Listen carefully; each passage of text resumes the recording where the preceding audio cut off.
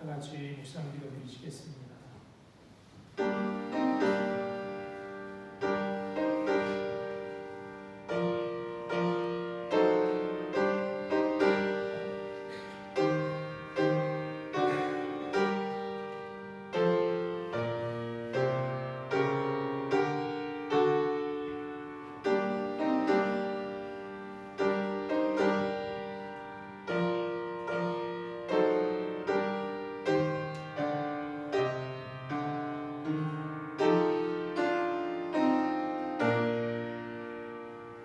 왕이신 나의 하나님이여, 내가 주를 높이고 영원히 주의 이름을 송축하리이다. 내가 날마다 주를 송축하며 영원히 주의 이름을 송축하리이다. 아멘. 오늘도 우리를 다스리시며 은혜와 공의로 인도하신 하나님, 그 하나님의 은혜와 사랑을 감사하여 주님 앞에 나와 영광과 찬송과 예배를 드립니다. 부족한 우리들이지만 우리와 함께하셔서 우리가 드리는 예배가 하나님이 기뻐 받으시는 예배가 되도록 인도하여 주옵소서. 감사하며 예수님 이름으로 기도드립니다. 아멘. 자리에 일어나셔서 찬송가 9장 찬송 부르시겠습니다.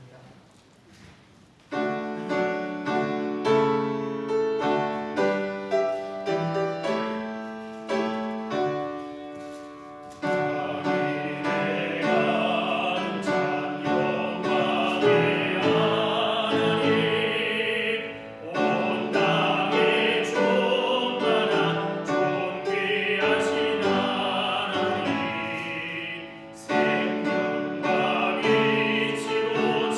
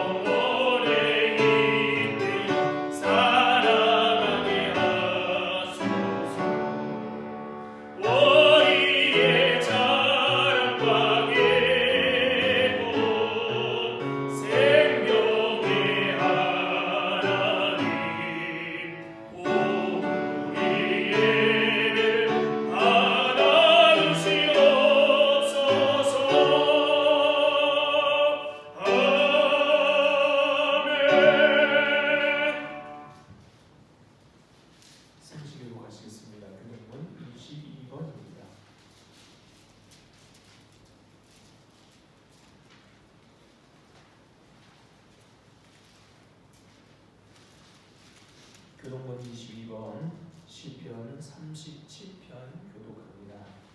악을 행하는 자들 때문에 불평하지 말며 불의를 행하는 자들을 시기하지 말지어다. 그들은 불과 같이 속히 이름을 향할 것이며 그 채소같이 세상할 것이니라. 여호와를 의리하고 선을 행하라. 땅에 머무는 동안 그의 성실을 먹을거리로 삼을지어다. 너 여호와를 기뻐하라. 그가 내 많은 것을 내게 이루어 주시리로다. 내 길을 여호와께 맡기라. 그를 의지하면 그가 이루시고 내 길을 평시하지 않으시며 내게 도를 인정하는 끝까지 하시리로다. 여호와 앞에 잠잠하고 참고 기다리라. 자기 길이 풍성하며 악한 꾀를 이루는 자 때문에 불평하지 말지어다. 분을 그치고 노를 버리며 불평하지 말라. 오히려 악을 만들 뿐이라. 아멘. 다같이 사도신경하심으로 신앙 고백하시겠습니다. 전능하사 천지를 만드시 하나님 아버지를 내가 믿사오며 그 외아들 우리 주 예수 그리스도를 믿사오니 이는 성령으로 잉태하사 동정녀 마리아에게 나시고 본디오 빌라도에게 고난을 받으사 십자가에 못 박혀 죽으시고 장사한 지 사흘 만에 죽은 자 가운데서 다시 살아나시며 하늘에 오르사 전능하신 하나님 우편에 앉아 계시다가 저리로서 산 자와 죽은 자를 심판하러 오시리라. 성령을 믿사오며 거룩한 공예와 성도가 서로 통하는 것과 죄를 사하여 주시는 것과 몸이 다시 사는 것과 영원히 사는 것을 믿사옵나이다. 아멘. 자리에 앉은 찬송가 290장 찬송가 290장 찬송 부르시겠습니다.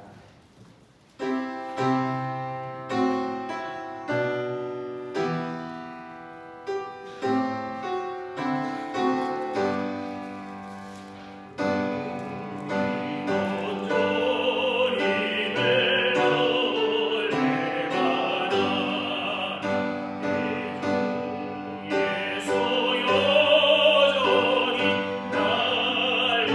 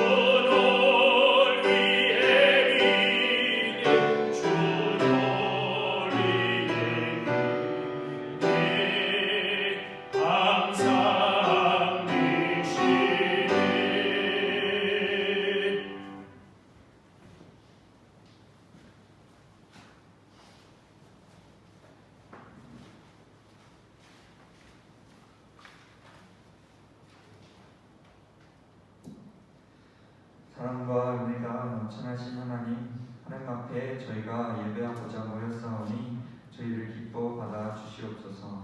하나님께 영광이 되는 예배가 되게 하시고 저희 또한 온 마음을 다해 예배할 수 있는 그런 자들이 되게 하여 주시옵소서. 하나님, 죄인된 저희를 고백합니다. 하나님 앞에 정말 부족한 저희입니다. 아직도 죄 속에 빠져 헤어나오지 못하는 저희를 용서하여 주시옵소서. 죄로 인해 하나님과 멀어지지 않게 하시고 예수님께서 이루신 구원의 역사를 저희가 믿사오니 이것을 붙잡고 하나님께 나아오는 저희 되게 하여 주시옵소서. 하나님, 점차 날이 풀리고 생기가 돌고 있습니다. 참 좋은 날들을 허락해 주시니 하나님 참 감사드립니다. 그러나 하나님, 아직도 창조하여 주신 이 세상은 곳곳에 아픔이 가득합니다. 코로나로 고통받고 있는 자들이 있습니다. 또 우크라이나와 러시아는 전쟁을 치르고 있습니다. 하나님, 우리가 이를 알고 있사오니 저희에게 기도하게 하시고 또 외면하지 않고 그들을 돕게 하나님 저희를 인도하여 주시옵소서. 하나님, 또한 안타까운 자들이 있사오니 복음을 듣지 못한 자들입니다. 하나님께서 저희에게 이루신 가장 중요한 일을 알지 못하고 또 믿지 못합니다. 하나님, 그들의 마음을 열고 복음을 들어 하나님 앞으로 나올 수 있도록 하나님 그들을 인도하여 주시옵소서. 또한 그리스도인인 우리가 삶과 행동으로 또 말씀으로 복음을 전할 수 있는 그런 용기 허락하여 주시옵소서. 하나님, 또 우리 공동교회를 위해 기도합니다. 하나님께서 세우신 교회인 줄 아옵니다. 또 하나님께서 세우신 각 사람들임을 압니다. 하나님, 서로를 더욱 사랑하고 더 아끼며 살아갈 저희 되게 하여 주시옵소서. 교회로서 능히 역할을 다하고 하나님을 섬기는 저희가 되길 원하오니 하나님 도와주시옵소서. 각 지체들의 상황을 아시는 하나님, 우리의 모든 것을 감독하여 주시고 하나님께서 우리의 모든 어려운 것들을 해결하여 주셔 저희가 하나님 앞에 온전히 나올 수 있도록 함께하여 주시옵소서. 이제 말씀 듣습니다. 하나님, 저희는 참 부족합니다. 저희를 말씀으로 채우시고 말씀으로 살아갈 동력을 허락하여 주시옵소서. 말씀 전하실 목사님의 모든 것을 주관하시고 하나님의 말씀이 온전히 우리에게 전달되는 능력 허락하여 주시옵소서. 감사드리며 예수님의 이름으로 기도드립니다. 아멘.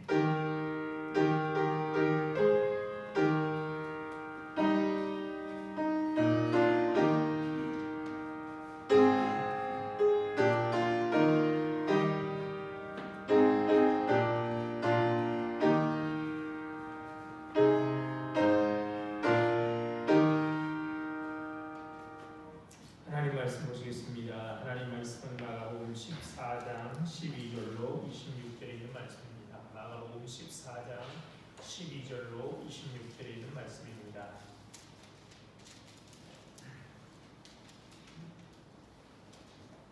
자신 들고 제가 읽겠습니다. 마가복음 4장 12절로부터 26절입니다. 목요일의 첫날 곧 6월절 양 잡는 날에 제자들이 예수께 여쭤오되 우리가 어디로 가서 선생님께서 6월절 음식을 잡수시기에 준비하시기를 원하시나이까 하매 예수께서 제자 중에 둘을 보내시며 이르시되 성내로 들어가라. 그리하면 물 한 동이를 가지고 가는 사람을 만나리니 그를 따라가서 어디서든지 그가 들어가는 집 그 집 주인에게 이르되 선생님의 말씀이 내가 내 제자들과 함께 6월절 음식을 먹을 나의 객실이 어디 있느냐 하시더라 하라. 그리하면 자리를 펴고 준비한 큰 다락방을 보이리니 거기서 우리를 위하여 준비하라 하시니 제자들이 나가 성내로 들어가서 예수께서 하시던 말씀대로 만나 6월절 음식을 준비하니라. 저물매 그 12를 내리시고 가서 다 앉아 먹을 때에 예수께서 이르시되 내가 진실로 너희에게 이르노니 너희 중에 한 사람 곧 나와 함께 먹는 자가 나를 팔리라 하신대 그들이 근심하며 하나씩 나는 아니지요 하고 말하기 시작하니 그들에게 이르시되 12 중에 하나 곧 나와 함께 그릇에 손을 넣는 자니라. 인자는 자기에 대하여 기록된 대로 가거니와 인자를 파는 그 사람에게는 화가 있으리로다.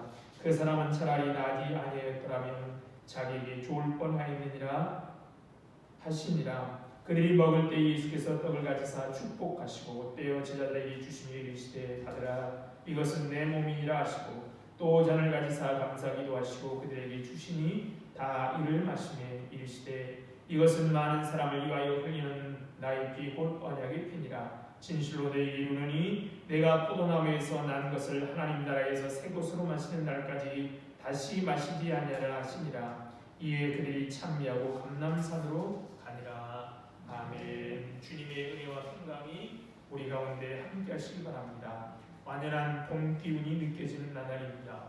매화 나무에 피어난 흰꽃이 등잔처럼 하나고 산수유 나무 노란 꽃망울이 해를 머금는 것 같습니다. 보지는 못했지만 어제가 절기상으로 경칩이었으니 개구리들이 나와 아마 개굴개굴 울고 있을 것입니다. 우리 신앙의 겨울잠에서도 깨어나야 할 때입니다. 참 좋은 봄인데요, 안타까운 소식도 있지요. 이렇게 봄이면 가물면 산불이 일어날 이 가능성이 높은데 올해 이렇게 불이 참 많이 일어나고 있습니다. 특별히 올해 이렇게 눈도 얼마 오지 않았고 비도 얼마 오지 않았습니다. 그걸 보면 하나님이 만드신 지구가 크게 몸살을 앓고 있는 것이죠. 그러니까 이럴 때 코로나도 그렇고 전염병도 그렇고 이런 산불들을 보면서 우리가 좀 소비 생활을 조금 더 바꿔야겠다. 소비적인 생활을 좀 더 줄이자라는 생각을 좀 했으면 좋겠습니다. 이번 주 수요일이 대통령 선거일입니다. 그런데도 자신의 정책을 알리고 국민을 설득하기보다는 상대에 대한 흠집 내기로 표를 얻으려고 하고 있습니다. 참 유치합니다. 또 그렇게 먹히는 현실이 답답합니다. 그렇다고 투표를 포기해서는 안 됩니다. 사전 선거일에 투표하지 않으셨다면, 그제 어제 투표하지 않으셨다면 이번 수요일에 투표하시기 바랍니다. 그러면 개구리의 겨울잠을 깨우시는 하나님이 누가 대통령에 뽑히든 그 안에 진실이 국민을 생각하는 마음을 깨우실 것입니다. 이스라엘 백성들의 유월절은 매우 중요한 절기였습니다. 애굽에서 종노릇하던 그들을 하나님께서 구원해 내신 날을 기념하는 날이기 때문입니다. 이때 죽음의 사자가 애굽 땅의 모든 초태생을 쳤는데 문설주의 양의 피를 발랐던 이스라엘 진만을 넘어갔습니다.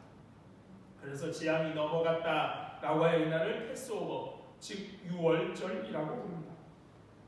예수님은 우리를 구원하기 위해 유월절 어린 양으로 이 땅에 오셨습니다. 그래서 세례 요한은 자기에게 세례를 받으러 오시는 예수를 보고 보라 세상 죄를 지고 하는 하나님의 어린 양이로다 라고 하였고, 사도 바울도 우리의 유월절 양 곧 그리스도께서 희생이 되셨느니라 라고 합니다. 예수님의 피 흘리신 피로 말미암아 죽음이나 하나님의 심판이 우리에게 임하지 않고 넘어가게 되는 것이죠. 예수님이 예루살렘에 올라오신 후 며칠이 지나 주님이 주일날 올라오셨거든요. 종려주일날 올라오시고 목요일이 되어 며칠이 지나 유월절 양을 잡는 날이 되었습니다. 우리는 보통 관념상 아침서부터 다음날 아침까지, 아침 되기 전까지가 하루인데 원래는 12시부터 다음날 0시까지, 0시부터 0시까지지만 우리가 받아들이는 아침서부터 다음 아침까지가 하루지요. 그런데 유대인들의 하루는 해가 진 다음부터, 저녁부터 다음날 해가 질 때까지 하루입니다. 유대의 유월절은 유대력으로는 니산월 14일, 출애굽기 12장 6절에 의하면 니산월 14일이 시작되는 저녁에 양들을 도살합니다. 그리고 다음날 해가 진 후에 니산월 15일 저녁에 유월절 식사가 시작됩니다. 그런데 순례자들이 많아지면서 13일 오후부터 양들을 도살하였던 것입니다. 그래서 무교절 첫날하면 사람들의 생각에는 이 13일 오후부터 생각하고 있는 것이죠. 이 목요일입니다. 그래서 무교절 첫날 곧 유월절 양 잡는 날은 니산월 13일로 목요일입니다. 그런데 신명기 16장 5절 8절에 보면 유월절은 예루살렘 성 안에서 지키라라고 명하고 있습니다. 그러기에 유월절 양을 잡는 날이 되자 제자들은 예수님께 어디 가서 유월절 식사를 준비할지를 물었습니다.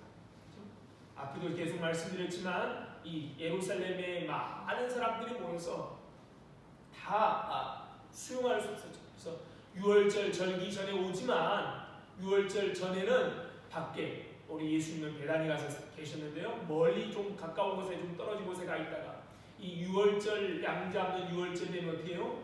예루살렘 안에 와서 그날을 지내야 될 것이죠. 그래서 물었습니다. 그러자 주님은 제자 중에 둘을 보내시며 이렇게 말씀합니다. 성내로 들어가라. 그리하면 물 한 동이를 가지고 하는 사람을 만나리니 그를 따라가서 며칠 전에 예루살렘 성에 입성하실 때 맞은편 마을에 아무도 타보지 않은 나귀 새끼가 메어 있을 것이라고 하셨던 것처럼 제 아들과 함께 먹을 장소도 주님은 모든 것을 아신 하나님의 능력을 통해 정확히 알려주고 계십니다.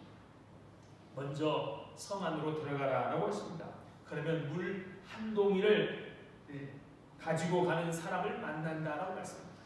우리 사람이라고 되어 있는데요. 헬라어 성경에는 이 사람이 남자입니다.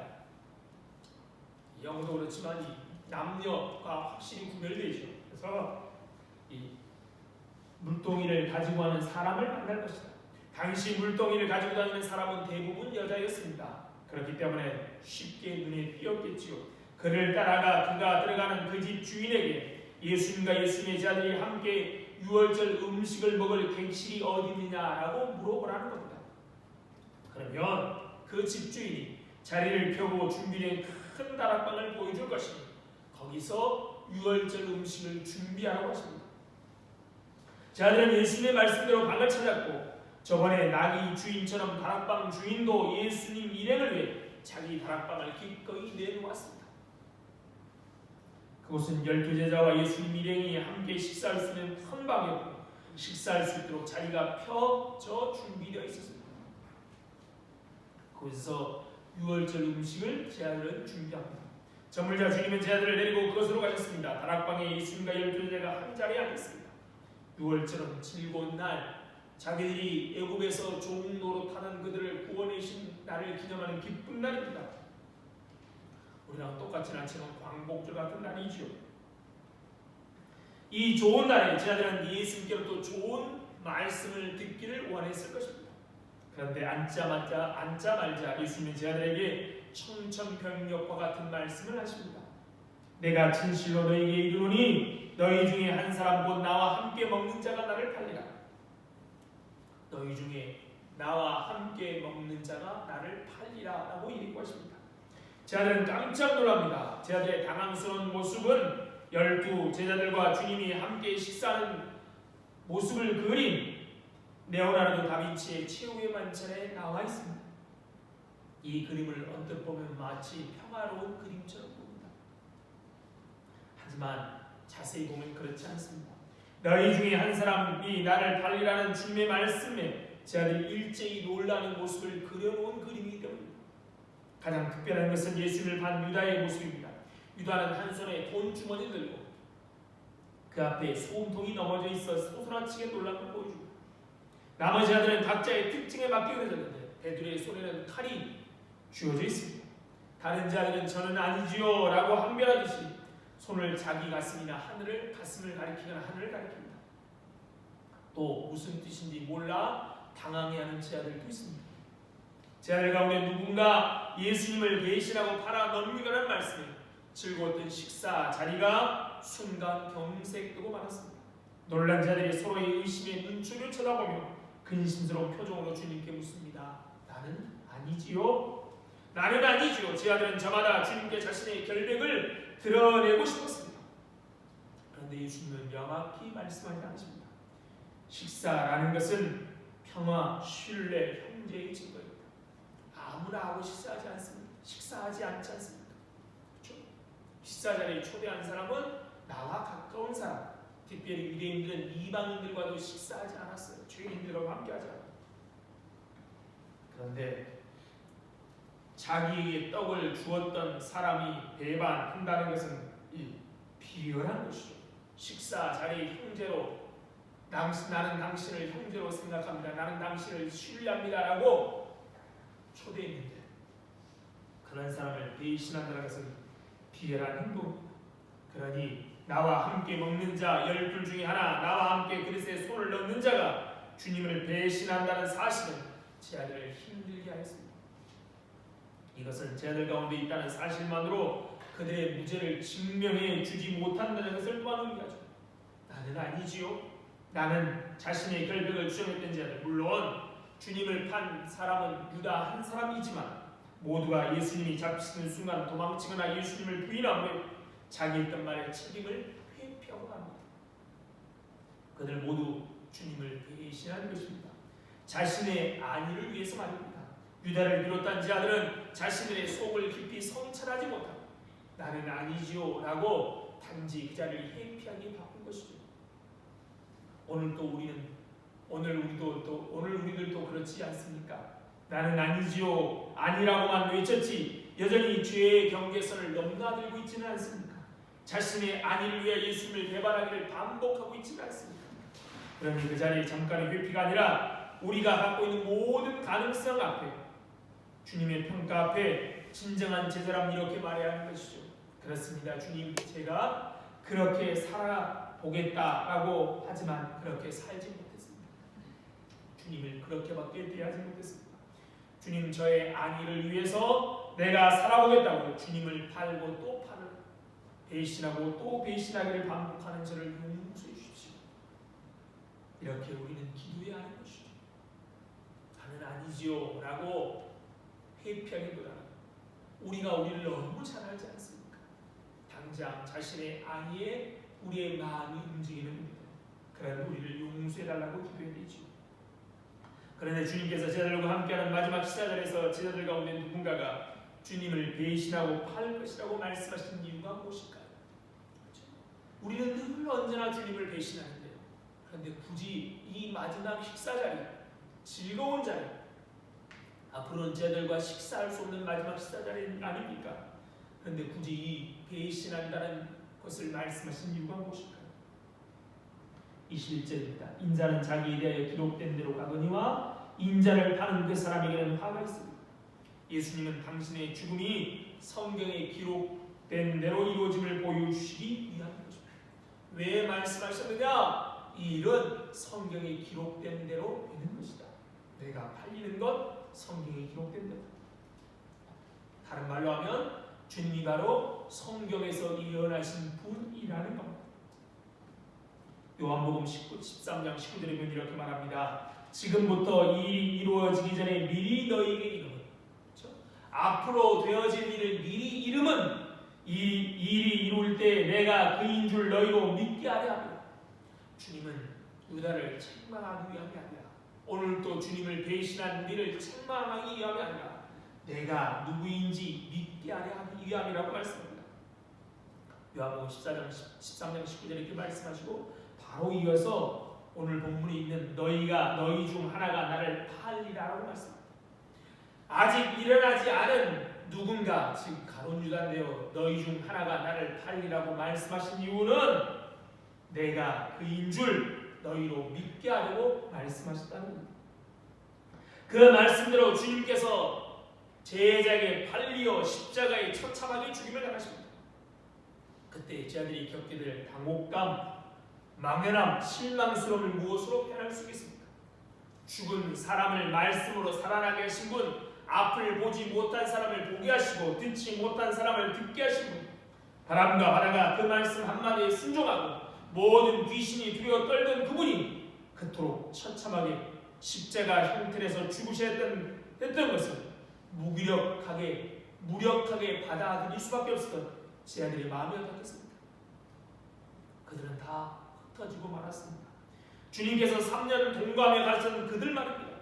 주님은 그것을 아셨습니다. 그래서 그들의 믿음을 붙들어 주기 위해서 지금 이 예언을 하고 계시는 겁니다. 이루어질 때 예수님이 무력해서, 예수님이 무능해서, 예수님이 능력이 없어가 아니라 성경의 말씀대로 이루어진 일이고 성경에 있는 그대로 이루시기 위해서 주님이 십자가에 달려 죽으셨음을 알려주시기 위해서 미리 하신 것입니다. 좀 전에 읽었던 요한복음 13장 19절, 내가 미리 이것을 너에게 이름은 이 일이 이룰 때 내가 그인 줄 너희로 믿게 하기 위해서라고 할 때, 내가 그인 줄 할 때 이 말은, 우리 성경은 내가 그이고 영어에도 I am who라고 되어 있는데 원래 뜻은 그런 게 아닙니다. 헬라어 성경은 에고 에임으로 되어 있습니다. I am 이라는 것을 영어로 번역하면 I am. 이 에고 에임이라는 표현은 이 단어는 헬라어는 모세가 하나님께 하나님의 이름을 알려달라. 하나님이 너를 내가 이스라엘 백성들을 이끌어낼 사람으로 너를 구별하였다. 가서 이스라엘 백성들을 이끌어내라고 하자. 모세가 하나님께 묻지요. 그럼 백성들이 나를 안 믿을 텐데요. 그러면서 누가 너를 보냈냐 할 때 내가 뭐라고 말해야 합니까? 그때 하나님이 뭐라고 말씀하셔요? 나는 스스로 있는 자. 이 스스로 있는 자가 히브리어로 우리가 여호와라고 부르는 이름이지요. 그런데 그 단어를 헬라어 번역한 단어가 에고 유인인 것입니다. 여호와라는 이름을 이렇게 가르치신 것이죠. 제자들은 주님께서 죽으시고 나서 마침내 주님이 하신 이 예언의 의미를 깨닫고 그렇게 되면 그들은 십자가에 죽으신 분이 바로 하나님, 우주 만물을 창조하신 하나님이요. 더 구체적으로 말하면 성자 하나님을 믿게 하기 위해서 이 예언을, 이 예고를 하고 계신 것입니다.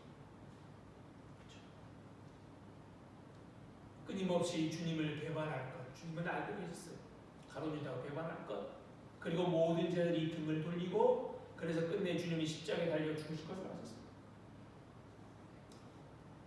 주님이 이렇게 예언한다고 예고한다고 주님이 당하는 고난이 줄어드는 것도 아니고 그렇게 예고한다고 가룟 유다가 돌아설 것도 아닌데 굳이 하신 이유는 이 일이 이루어진 후에 내가 누구인지 믿게 하시려고 하신 것입니다. 모든 것이 다 구약에 예언하신 대로 성경의 예언대로 되어진 일입니다. 이날 밤부터 일어나게 될 일들이 제자들의 믿음을 흔들게 될 것입니다. 그런데 그들이 깨닫게 되고 믿음을 확신하게 되는 때가 언제입니까? 바로 그들이 이 모든 일들이 이루어진 일들이 구약에 예언된 대로 이루어진 일일 뿐만 아니라 메시아의 대속에 죽음 없이는 그 어떤 구원도 존재할 수 없다는 사실을 깨닫게 될 때 그들은 확신하게 되는 것이죠.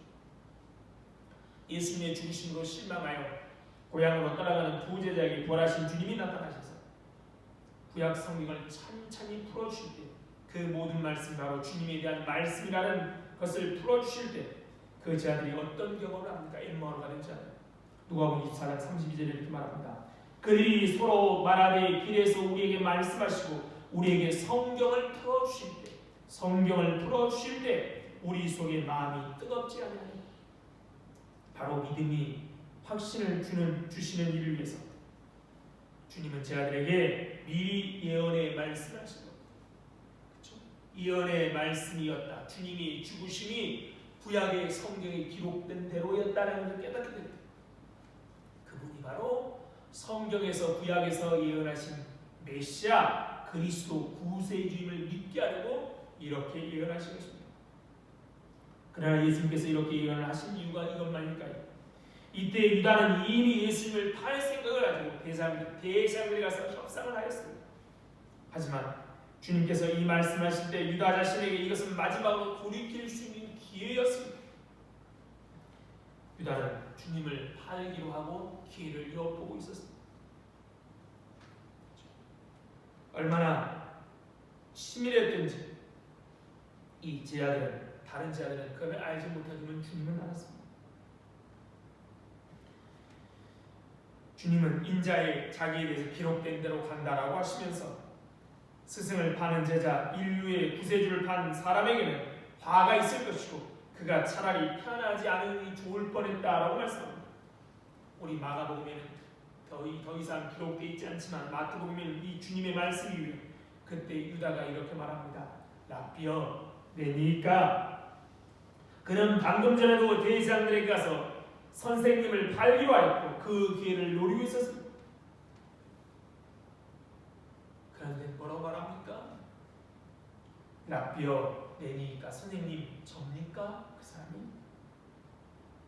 주님은 망설임 없이 단호하게 내가 말할 거다. 그러나 끝내 그는 돌이키지 않았습니다. 이 말씀을 하신 이유는 유다가 깨닫고 돌이키길 원하셨던 것이죠.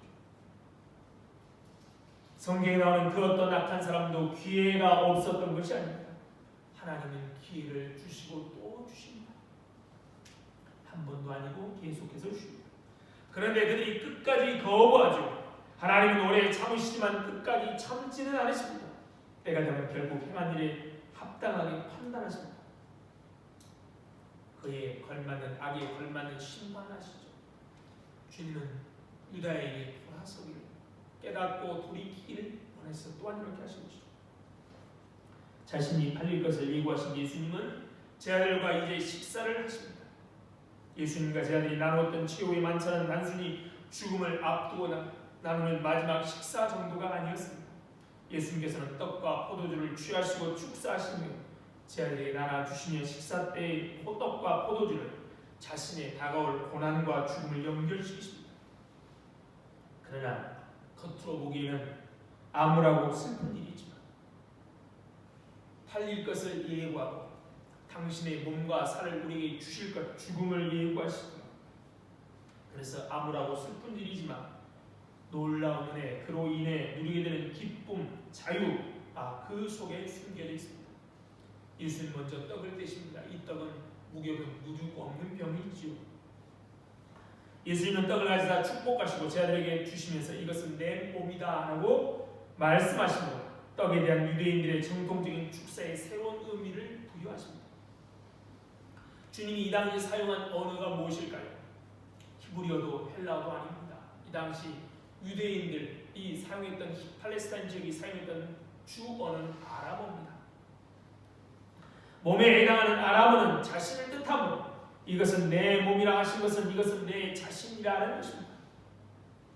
그러기에 주님께서 떡을 떼어 제 아들에게 나눠주실 때 떡을 떼는 일이 그분 자신에게 일어날 것을 미리 보여주십니다. 그렇죠?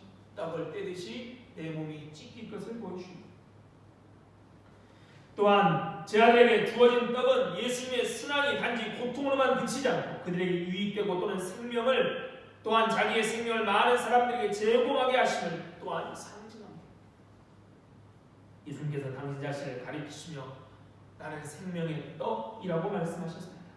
떡을 먹지 않으면 죽듯이 영의 양식인 예수 그리스도를 믿고 받아들이지 않으면 죽을 수밖에 없는 것입니다.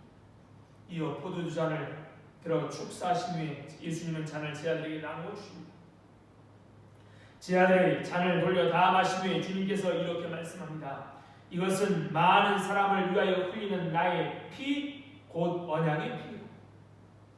출애굽기 24장 8절에 보면 신의 산에서 언약을 맺은 후 모세가 희생제물의 피를 취하여 백성들에게 뿌리면서 이렇게 선포합니다. 이는 여호와께서 이 모든 말씀에 대하여 너희와 세우는 언약의 피니라. 이 신의 산에 출애굽한 이후 신의 산에서 하나님과 언약을 맺고 희생 제물의 피를 뿌림으로 이것이 하나님이 세우신 언약의 피라고 하셨습니다. 이 신의 산에 세운 언약, 신의 산 언약을 옛 언약이라고 우리가 부르죠. 근데 이 옛 언약과 달리 우리 주님의 흘리신 피로 세운 새 언약이라고 말씀하십니다. 이 신의 산 언약, 즉 옛 언약 안에서 죄를 지을 때마다 죄를 속하기 위해서 희생 제사를 계속 드려야만 했습니다. 그러나 새 언약 아래서는 더 이상의 희생의 제사가 필요 없습니다. 예수님의 희생적 죽음이 곧 언약을 체결하는 사건이고 그것은 단번에 드려진 속죄제이기 때문인 것입니다. 구약에 드려진 제물은 짐승이고 그 없는 짐승이지만 짐승이고 그 제사를 주관하는 제사장은 흠 있는 사람인 것이죠. 그런데 새 언약 아래 드려진 제사는 대상도 우리 흠이 없어진 우리 주님이시고 제물도 흠이 없는 우리 주님의 몸으로 드렸습니다. 그러기에 우리는 이로 인하여 하나님과 백성 간의 새로운 관계가 시작되었습니다. 하나님과 언약을 맺음으로 이스라엘 백성과 하나님과 이스라엘 백성들의 언약 관계에 들어가듯이 우리는 새 언약 관계에 들어가게 된 것입니다. 예수님께로부터 떡과 포도주를 받은 이들을 통하여 새로운 언약 공동체가 이루어졌습니다. 유월절 공동체가 아니라 성만찬의 언약 공동체가 되었습니다.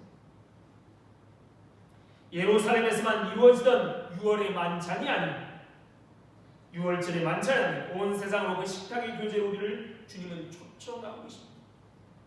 제가 서두에도 말씀드렸지만 유월절은 6월 예루살렘 안에서만 이루어졌는데요. 행사. 이 구원의 식탁은 유월절 만찬은 유월절 만찬과 다르게 전 세계 어디서나 열리고 있습니다. 그 식탁 교제로 우리를 부르신 주님의 초청에 응답하기만 하면 주어지는 은혜입니다. 거기서 우리는 받으라 이것은 내 몸이니라, 마시라 이것은 많은 사람 위하여 흘리는 나의 피 곧 너의 피라는 말씀하시는 주님의 식탁 앞에 서 있는 것입니다. 이렇게 예수님은 유월절 마지막 만찬을 통해 복음 소식이 전 세계로 확장되도록 하셨습니다. 이 마지막 만찬은 예수께서 자기들을 위하여 십자가에서 행하신 일을 식사 때마다 기억하도록 만드셨습니다. 우리도 떡과 포도주를 떼며 나눌 때마다 우리를 위해 자신을 내어주신 주님을 기억하게 됩니다. 배신자, 찢긴 몸, 흘리신 피, 주님과 함께 하는 만찬의 자리에 즐거움과 기쁨 대신에 슬픔, 우울함과 근심을 받게 됩니다. 누군가 나를 팔 것이다. 내 몸이 이렇게 찢기고 나눌 것이다. 하지만 이것은 잠깐일 뿐입니다. 예수님의 마지막 말씀에서 기쁨의 빛이 떠오릅니다.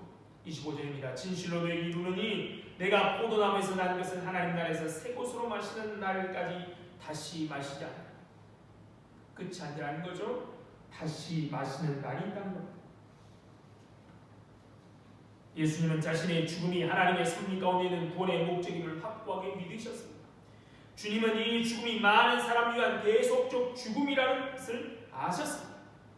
떡을 떼고 포도주를 나누시는 것이죠. 죄로 물든 인간들이 스스로 해결할 수 없는 일이기에 예수님은 우리 인간을 위하여 하나님의 진노를 받아 죽으셨습니다. 그래서 하나님은 우리의 하나님이 되시고 우리는 하나님의 백성이 되는 겁니다. 이전에는 하나님과 우리는 관계없던 원수 같은 자들이었습니다. 그런데 주님의 죽으심으로 피 흘리심으로 자기 몸을 찢으시고 피 흘려주심으로 하나님은 우리의 하나님이 되시고 우리는 하나님의 백성이 되었습니다. 이게 바로 언약 관계 안에 들어왔다는 겁니다. 우리는 예수님의 마지막 만찬을 되돌아보고 이것이 하나님과의 새로운 언약의 시작임을 압니다. 이것은 우리가 우리를 위한 예수님의 죽음을 체험하고 이로 인해 우리를 죄에서 속하셨음을 경험하는 것입니다. 그와 함께 주님과 함께 우리 모두가 하나님 나라에 있을 미래를 또한 바라보는 겁니다.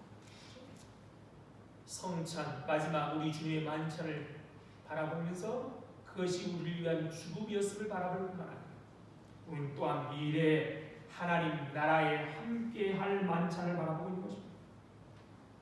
그래서 하나님 나라의 언약 백성으로서 새 언약의 포도주를 마실 수 있게 된 것입니다. 예수님의 죽음은 끝이 아니라 시작입니다. 사탄의 세력에 그들의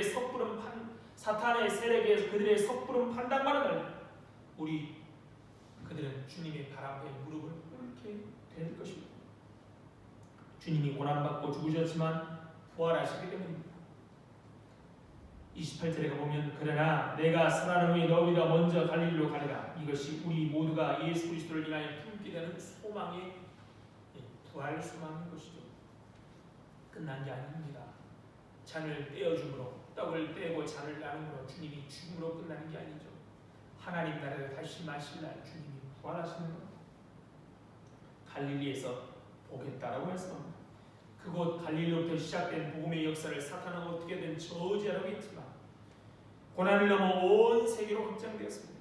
그리스도의 모든 것을 내어주심으로 옛 언약의 범주를 넘어 온 세상을 향해 새 언약의 문을 활짝 여셨습니다. 유월절 식탁에서 하나님 나라의 식탁으로 온 세상에 확정된 구원의 식탁을 제공하십니다. 그곳에서 예수 그리스도와 연합하여 그분으로 채워지고 그분과 동행하는 모든 이들은 영원한 생명의 은혜를 얻게 됩니다. 비록 자신의 안위를 위해 주님을 부인했던 때도 도망쳤던 제자들이지만 주님은 그들을 저버리시지 않고 새 언약의 공동체로 부르셨습니다. 그리고 그들은 주님과 이 주님의 고난에 모두 동참합니다. 이것이 바로 하나님의 은혜이지요. 우리는 너무도 연약하여 주님을 온전히 믿지 못하고 사탄의 유혹에 우리의 마음을 빼앗기곤 합니다. 그리고 쟤들처럼 나는 아니지요 라고 핑계합니다. 그러나 그런 우리를 다시 품으시는 주님 앞에 오늘도 우리는 서게 됩니다. 예수님 우리에게 자신을 내어주셨습니다. 그리고 주님을 먹고 마시라 라고 말씀하십니다. 요한복음 6장 55절 56절에 이렇게 말합니다. 내 살은 참된 음료요 참된 양식이요 내 피는 참된 음료다. 내 살을 먹고 내 피를 마시는 자는 내 안에 거하고 나도 그의 안에 거하나니 즉 주님과 연합된 삶으로 우리 모두를 부르시고 계십니다. 그와 함께 죽고 그와 함께 살고 고난을 통해 우리는 주님의 영광을 보게 되고 그분의 영광에 함께 참여하게 될 것입니다. 요한복음 6장 58절에 이렇게 말합니다. 이것은 하늘에서 내려온 떡이니 조상들이 먹고도 죽은 그것과 같지 않아요. 이 떡을 먹는 자는 영원히 살리라. 이 떡을 먹는 자는 영원히 살리라. 이 모든 은혜는 유월절 식탁에서 유월절 어린 양이 아닌 자기 자신을 내어주사 유대인들 넘어 모든 이방인이 확장된 식탁으로 초대하기 위한 주님의 희생과 헌심이 있었기 때문에 가능한 것이죠. 유월절 식탁에는 유월절 양이 드려져야 됩니다. 유대인들이 일반적으로 드렸던 유월절 양이 아니라 자기 몸을 대신 내어준 것. 그리고 우리를 이렇게 초대하시는 주님의 희생과 헌신과 섬기기 때문에 우리는 영원히 살게 될 것입니다. 오늘 나를 위해 자기 몸을 내어주신 이런 주님의 은혜와 사랑에 감사합니다. 왜 주님이 이렇게 미리 말하고 보여주시느냐? 예수님이 누구신지 알고 하신 그 주님의 뜻을 깨닫고 주님이 누구인지 깨달아 주님의 은혜와 사랑에 감사하며 주님을 따라 주님의 길을 걷는 복된 저와 여러분 되시기를 소망합니다. 참 좋으신 하나님 은혜와 사랑을 감사합니다. 오늘도 우리를 부르시고 우리의 하나님 되어주심을 감사드립니다. 여전히 나는 아니지요 라고 말할 뿐 우리의 온 몸과 온 마음과 뜻과 정성을 다해 하나님을 사랑하지 못하는 우리들을 임을 주님 앞에 또한 고백합니다. 그런 우리들을 포기하지 않으시고 하나님의 식탁의 자리에 우리를 불러주시고 당신의 몸과 당신의 피를 주시며 먹고 마시도록 하신 하나님, 그 주님의 몸과 피로 말미암아 우리는 생명을 얻었고 그 생명이 영원함을 감사드립니다. 그러기에 하나님 이렇게 주님의 말씀을 대할 때마다 어떤 일이 벌어졌느냐, 내게 내일 어떤 좋은 일이 벌어질 거냐, 당신의 생명을 주신 분이 바로 우리의 참 하나님, 우리의 구원자, 우리의 구세주임을 온전히 믿고 우리의 온 마음과 온 몸을 다하여 사랑할 수 있도록 우리를 붙들어 주시고 함께해 주옵소서. 그래서 우리를 통하여 하나님의 아름다움을 드러내고 이 귀한 공동체 식탁의 자리로 들어오지 못한 불쌍한 사람들에게도 얼마나 이 자리가 복된 자리고 단지 슬프고 울음으로 끝나는 자리가 아니라 복되고 즐거운 자리를 깨달아 이 자리로 올 수 있도록 하나님 역사해 주옵소서. 특별히 이렇게 좋은 봄날에 전쟁으로 고통당하고 있는 사람들이 있고 이 좋은 봄날에 화마로 인하여 고통당하고 있는 사람들이 있습니다. 그들에게도 하나님의 귀한 언약이 공동체 안에 들어올 뿐만 아니라 또 그 고통을 넉넉히 이겨낼 수 있도록 주위에 그들 옆에 같이 우리가 함께함을 보일 수 있도록 하소서. 그들이 다시 한번 살아나도록 함께하여 주옵소서. 감사하며 예수님 이름으로 기도드립니다. 아멘.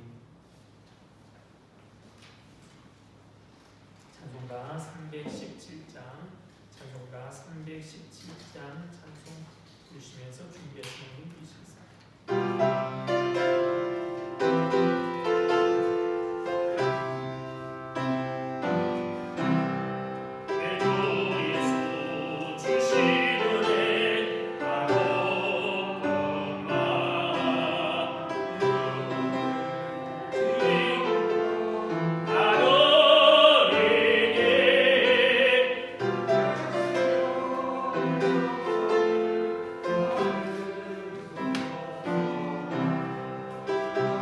예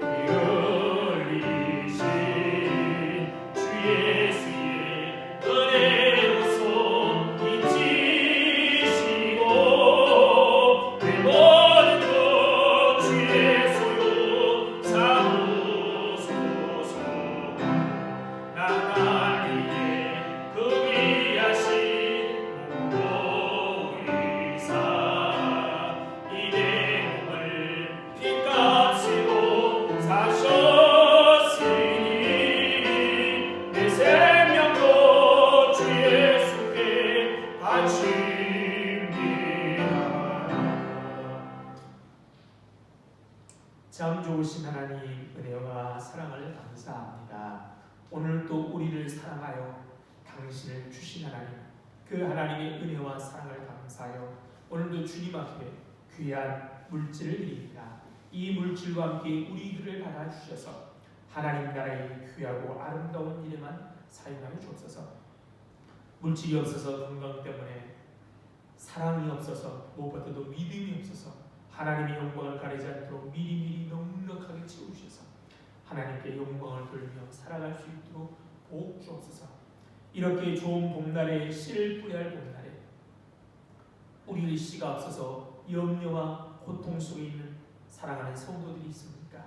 하나님 약속대로 씨를 주셔서 뿌릴 수 있도록 함께해 주시고, 이렇게 코로나로 인하여 참 어려움 당하고 있는 또한 사람들이 있습니다. 주님 그들에게도 하나님 힘과 일어날 수 있는 능력을 허락하여 주옵소서. 감사하며 예수님 이름으로 기도드립니다. 아멘.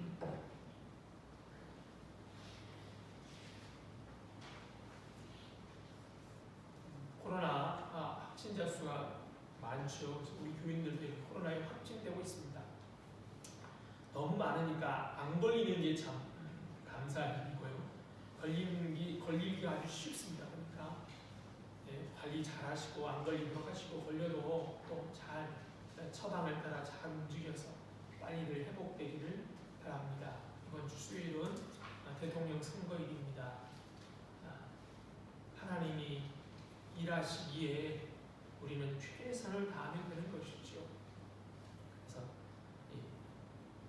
선거 포기는 좋지 않습니다. 여러분 꼭 선거하시고, 내가 찍은 사람이 뽑혔던, 내가 찍은 사람이 뽑히지 않았던 그 투표는 다 그만큼 새로 뽑힐 대통령에 또 힘이 되고 또 바로 서게 하는 힘이 될 테니까 꼭 선거에 참여하시기 바랍니다. 자유에 일어나서 인사하시겠습니다. 반갑습니다. 사랑합니다. 축복합니다. 행복하십시오.